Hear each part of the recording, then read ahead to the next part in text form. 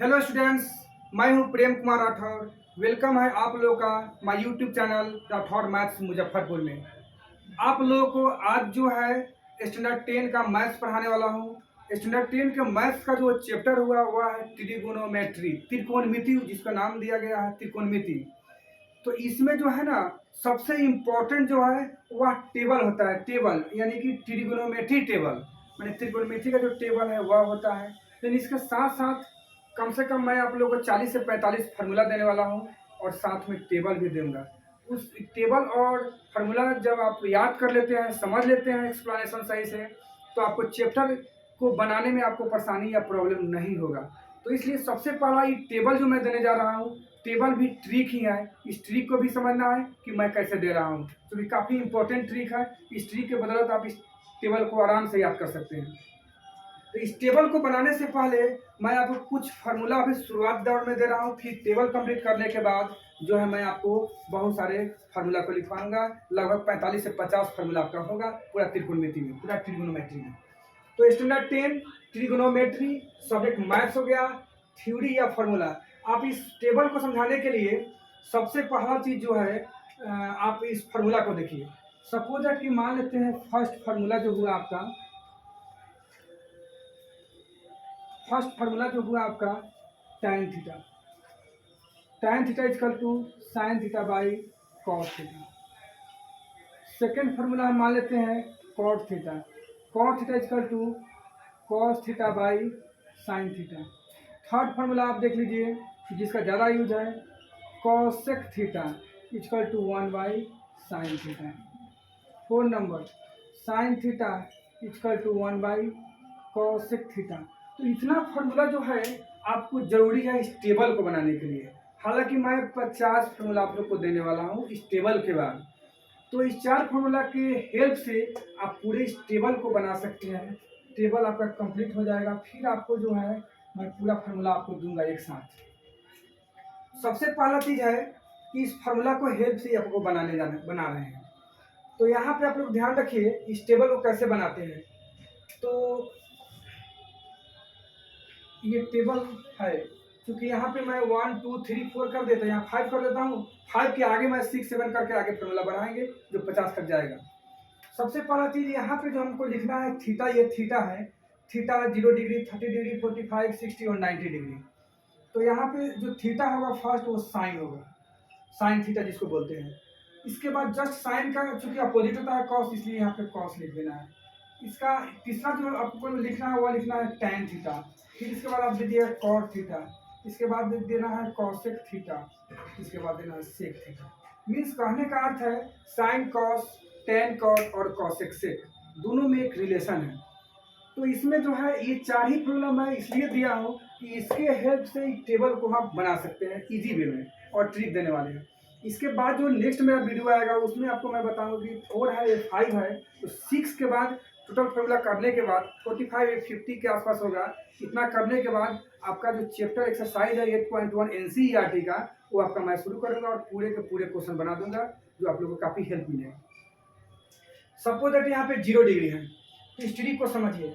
सब में जो है ना सारे खंडों में 0 से भागना है। 0 1 2 3 4। फिर इसके बाद आपको करना क्या है कि सब में 4 से डिवाइड करना है। सब में 4 से डिवाइड करना है। टोटल में आपको 4 से डिवाइड कर देना है।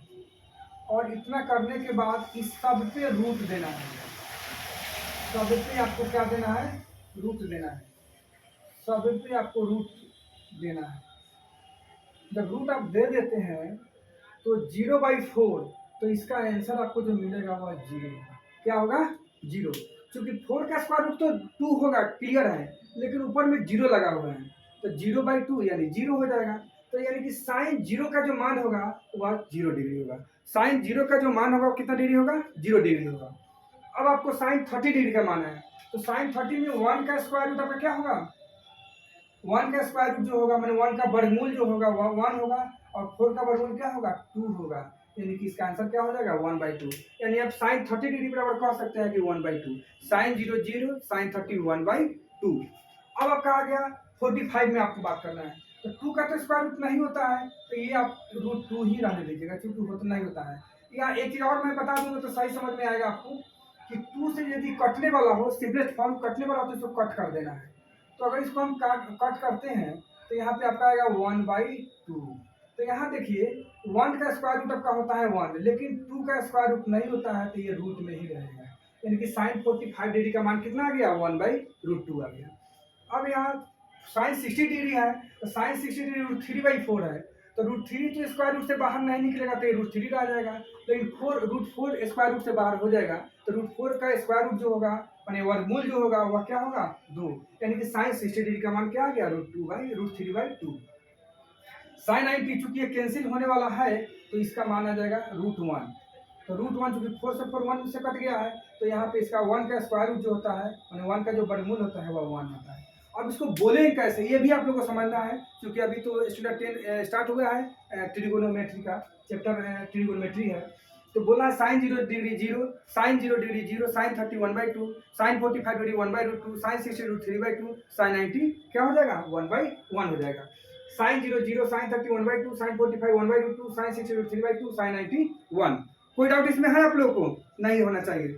अब जो है जो साइन जो ये लिए है, साइन का ये जो मान है 0 डिग्री 30 डिग्री 45 60 90 डिग्री, यही सेम मान कॉस का होता है, बट अपोजिट में होता है, माने उल्टा। यानी कॉस का जो 90 का मान होगा वह यहाँ 1 चला आएगा। यानी कि कॉस 0 डिग्री क्या हो जाएगा 1, कॉस 30 डिग्री √3/2। यानी कि ये रिटर्निंग आ जाना है, इधर से उल्टा आना है, √3/2, कॉस 45 1/√2, साइन 60 1/2 और साइन 90 क्या हो जाएगा 0। मान एक तरह से कह सकते हैं कि साइन का उल्टा हो गया कॉस, यानी कि साइन इधर से जाना है और फिर इधर से आ जाना है, यानी कि किसका मान हो जाएगा, या कॉस का मान हो जाएगा। साइन यहाँ गए, कॉस में दबाए तो 90 का मान यहाँ हो गया, 60 का मान यहाँ हो गया, 45 तो सेम रह जाएगा, 30 का यहाँ होगा, 0 का यहाँ होगा, यानी साइन कॉस कंप्लीट।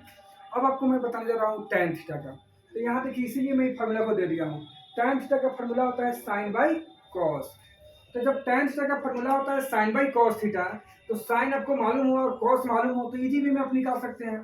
तो जब साइन मालूम हो और कॉस मालूम हो तो इजी वे में आप निकाल सकते हैं, कोई डाउट नहीं है। यहाँ देख लीजिए मैं बना भी देता हूँ। जैसे साइन थीटा का जो मान है, जैसे होता है ना tan थीटा, इसका भी लिख भी देता हूँ sign theta by cos theta, ये फार्मूला होता है। मैं इसमें फार्मूला इसलिए लिख दे रहा हूँ कि ज़्यादा से ज़्यादा समझ में आपको आ जाए। तो sign theta by cos theta, तो साइन थीटा का मान 0 है और कॉस का मान 1 है, तो 0/1 यानी कि 0, यानी कि tan 0 0, कोई डाउट नहीं है। उसी प्रकार अब इसको भी आप बना लीजिए, tan 30 निकालना है। तो tan 30 माने tan का फार्मूला क्या होता है, sign theta by cos theta, ये फार्मूला होता है जो आप जानते हैं, यहाँ लिखा हुआ भी है, हम लिख भी दिए हैं। तो साइन थीटा का मान यहाँ पे क्या है आपका 1/2 है, साइन का मान क्या है 1/2 है, जबकि कॉस का मान क्या है √3/2 है। तो यहाँ पे एक चीज देखिए कि आपका √2 जो है, यहाँ 2 है, यहाँ भी 2 है, तो ये 2 से 2 कैंसिल हो जाएगा, कोई डाउट है। तो क्या आपका बचा 1/√3, यानी कहने का अर्थ है कि tan 30 डिग्री 1/√3 होगा। याद रखिएगा 1/2/√3/2, तो फर्स्ट बाई सेकेंड इंटू 4/3 होता है, तो 2 से 2 कैंसिल 1/√3 हो जाएगा। अब tan 45 में आएंगे तो यहाँ भी आप फार्मूला का यूज कर दीजिए, क्या चीज, sign theta by cos theta. तो यहाँ साइन बाई कॉस जब होगा तो साइन का मान है आपका 1/√2 और कॉस का मान है 1/√2। सही से समझना, एक्सप्लेन सही से कीजिए। यहाँ भी 1/√2 ही है, तो यहाँ √2 से √2 कैंसिल 1/1 इक्वल टू 1, कोई डाउट नहीं होना चाहिए। अब ये tan 60, तो यहाँ भी √3 फार्मूला सेम है, साइन बाई कॉस, इसको लिख देता हूँ sign theta by cos theta. आप लोग को इसलिए लिखकर बता रहे हैं कि ज़्यादा से ज़्यादा समझ में आ जाए। तो साइन बाई कॉस, तो साइन का मान आपका क्या है √3/2 और कॉस का 1/2, फिर यहाँ 2 से 2 कैंसिल, अब यहाँ क्या बचा √3, यानी कि आपका 60 का मान √3 हो जाएगा। tan 90, तो tan 90 यहाँ भी sine by cos, sine theta by cos theta, आपका साइन का मान क्या है 1 है जी, इसका कॉस का मान 0 है, तो 1/0 रहेगा, तो ये हो जाएगा इन अनडिफाइंड, इसी को बोलते हैं इनफाइनाइट। यानी कि इसको मैथ की भाषा में आप ऐसे लिख सकते हैं इस तरह से, और इसको इंग्लिश में लिखना है तो क्या लिखेंगे जानते हैं, इसको लिखते हैं, इसी को लिखते हैं हम नॉट डिफाइंड। इसको क्या लिखते हैं इंग्लिश में, not defined, not defined, not defined लिखते हैं। और इसके अगर सिंबल दे तो इस तरह से ये उल्टा लिखा, ये उल्टा बना देना है, यानी आपको आप ऐसे भी लिख सकते हैं या इंग्लिश में नॉट डिफाइंड भी बोल सकते हैं। तो जब साइन का उल्टा कॉस और टैन का उल्टा कॉट, सीधा इसको रिवर्स कर दीजिए, यहाँ पे लिख दीजिए नॉट डिफाइंड। नॉट डिफाइंड जब उल्टा होगा यहाँ पे आ जाइएगा आप, तो क्या होगा √3, यहाँ 1, यहाँ 1/√3, यहाँ का जो वैल्यू होगा वह 0 हो जाएगा। यानी साइन कॉस उल्टा है, साइन का उल्टा कॉस है, टैन का उल्टा कॉट है। अब कॉसेक आ गया, तो कॉसेक का फॉर्मूला आप जानते हैं, वहाँ लिखा हुआ है बोर्ड पे कि 1/sin होता है, 1/sin थीटा होता है कॉसेक का। तो 1/sin, तो 1/sin का मान कितना है आपका, साइन 0 का मान 0 है, तो यानी कि मान क्या हो जाएगा 1/0। यहाँ पे देखिए फिर 0 आया, नीचे में 0 आ जाए तो इसका आंसर क्या हो जाएगा, नॉट डिफाइंड हो जाएगा, नॉट डिफाइंड, नॉट डिफाइंड हो जाएगा कॉसेक का।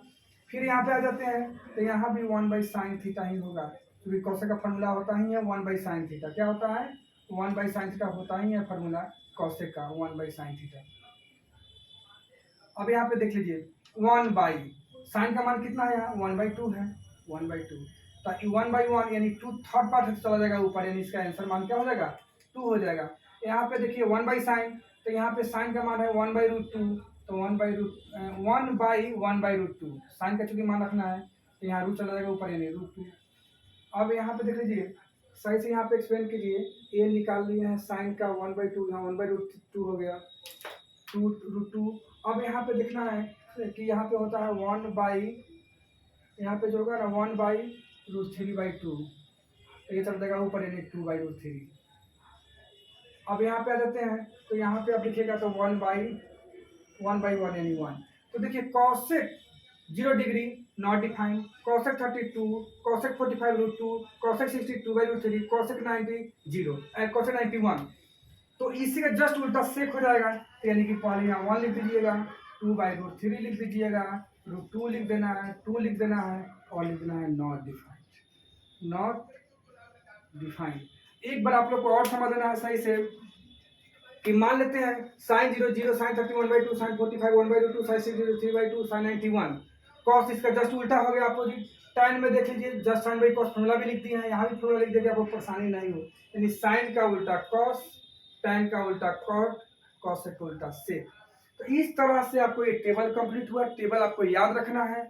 और दूसरा कंडीशन यह है कि आपको जो है ना, सो अब इसमें कुछ और फार्मूला बढ़ाना है, तो मेन फार्मूला जो है वह आपको समझिए इससे जुड़ा हुआ। तो 5 यहाँ लिख दिए थे, तो यहाँ से 6 से बढ़ाने जा रहा हूँ। देखिए सपोज आप मान लेते हैं कि आपको 3 गो फिगर आपको एकदम ध्यान में रखना जरूरी है। इसका ये जो है आपका ए हो गया, ए बी है और या सी, इसको हम बोलते हैं 90 डिग्री परपेंडिकुलर होता है, चूंकि राइट एंगल ट्रायंगल होता है। तो यहाँ पे जो है ना, ये जो है आपका, इसको हम एच से डिनोट करते हैं, और इंग्लिश में बोलते हैं हाइपोटेनस। इसको हम ये जो हो गया आपको बी से बताया जाता है, ये होता है बेस। ये जो है आपका पी से डिनोट किया जाता है, ये होता है परपेंडिकुलर। इसका फुल फॉर्म में लिख लीजिए, परपेंडिकुलर। हाइपोटेनस, हाइपोटेनस ये आपका हो गया बेस, इसको हम बोलते हैं बेस। बेस यानी परपेंडिकुलर का हिंदी अगर चाहिएगा जानना, तो इसका होता है लंब, इसका होता है कर्ण, इसका होता है आधार। तो याद रखिएगा, ये जो है ना हाइपोटेनस जो होता है एच, ये दोनों के स्क्वायर के सम के बराबर होता है। यानी इसका अगर स्क्वायर करते हैं तो ये दोनों के स्क्वायर प्लस सम होगा, तो दोनों आपस में क्या हो जाएगा, इक्वल हो जाएगा। मीन्स कहने का अर्थ है कि एच स्क्वायर बराबर हो जाएगा P square plus B square. या आप दूसरा भी लिख सकते हैं, P square equal to H square minus B square. तीसरा आप ये भी लिख सकते हैं, B square equal to H square minus P square. Completely समझ गए ना।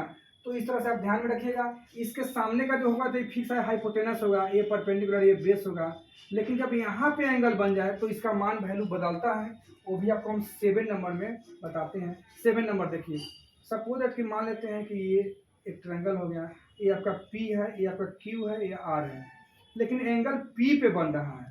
तो इस स्थिति में एंगल के सामने यानी थीटा के सामने जो होगा वही P कहलाता है, और ये क्या कहलाएगा B, क्योंकि एंगल यहाँ बन रहा है। इसको आप लोग को समझना है ठीक से। और यह फिक्स रहता है कि हाइपोटेनस होगा।